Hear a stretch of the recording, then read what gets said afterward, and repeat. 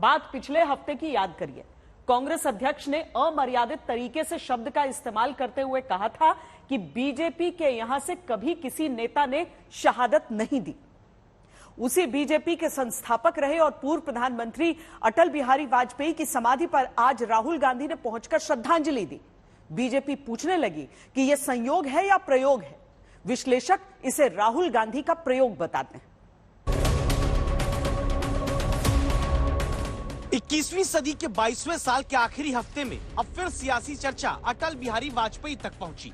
वजह भारत जोड़ो यात्रा में राहुल गांधी का दिल्ली में अटल बिहारी वाजपेयी की समाधि पर पहुंचकर श्रद्धांजलि देना है, फूल चढ़ाना है।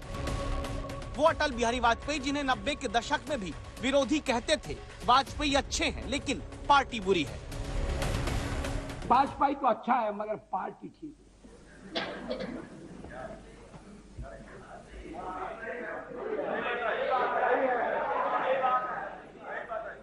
अच्छा, तो अच्छे वाजपेयी का आप क्या करने का इरादा रखते हैं?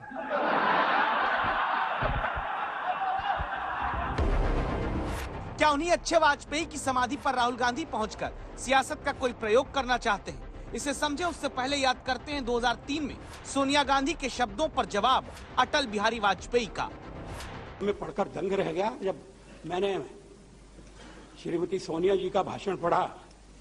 तो BJP lead government has shown itself to be incompetent, insensitive, irresponsible, and brazenly corrupt.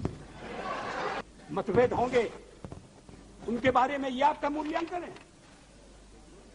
मतभेदों को प्रकट करने का यह तरीका है। सभ्य तरीके से लड़िए। सभ्य तरीके से सियासत का जो पाठ प्रधानमंत्री रहते अटल बिहारी वाजपेयी ने तब सबको पढ़ाया। एक साल बाद और आगे बढ़कर देखें, साल आया था 2004। बीजेपी को लोकसभा चुनाव में हार मिली। मनमोहन सिंह का शपथ ग्रहण हो रहा था। इसी समारोह में सोनिया भी मौजूद थी, अटल बिहारी वाजपेयी भी। इसी समारोह में तब कांग्रेस के नेता मणिशंकर अय्यर ने शपथ पढ़ी। किस्सा यह कि तब मणिशंकर अय्यर ने शपथ ग्रहण के बाद जाकर सामने पंक्ति में बैठे अटल बिहारी वाजपेयी के पैर छुए। खुद मणिशंकर अय्यर ने एक लेख में बताया कि वाजपेयी का पैर छूने से उनका पार्टी नेतृत्व नाराज हुआ। लेकिन इस बात के करीब 8 साल बाद उन्हीं अटल बिहारी वाजपेयी की समाधि पर जब राहुल गांधी पहुंचते हैं, प्रणाम करते हैं, फूल चढ़ाते हैं, तो पीछे लिखी उस इबारत पर गौर करिए जो अटल बिहारी वाजपेयी ने ही कही। आदमी की पहचान उसके धन या आसन से नहीं होती, उसके मन से होती है। मन की फकीरी पर कुबेर की संपदा भी रोती है। आखिर क्या संदेश राहुल गांधी देना चाहते हैं? उस संदेश को समझें उससे पहले सियासत देख लेते हैं, जहां कांग्रेस अध्यक्ष मल्लिकार्जुन खड़गे की तरफ से ऑल इंडिया कांग्रेस कमेटी के कोऑर्डिनेटर बनाए गए गौरव पांधी अटल बिहारी वाजपेयी को अंग्रेजों का एजेंट बताते हैं। बाद में ट्वीट डिलीट करना पड़ता है। तब तक बीजेपी ने इसे ही मुद्दा बना लिया। कांग्रेस पार्टी को कार्रवाई सुनिश्चित करानी होगी और स्पष्ट तरीके से अपनी भूमिका रखनी होगी कि हम माफी मांगते हैं और गौरव पांधी के जो विचार है वो कांग्रेस पार्टी के विचार नहीं है। अन्यथा ऐसा समझा जाएगा और लाजमी है समझना कि शब्द पांधी के सोच राहुल गांधी की, क्योंकि ये संयोग नहीं है, ये पुराना प्रयोग और उद्योग बन चुका है।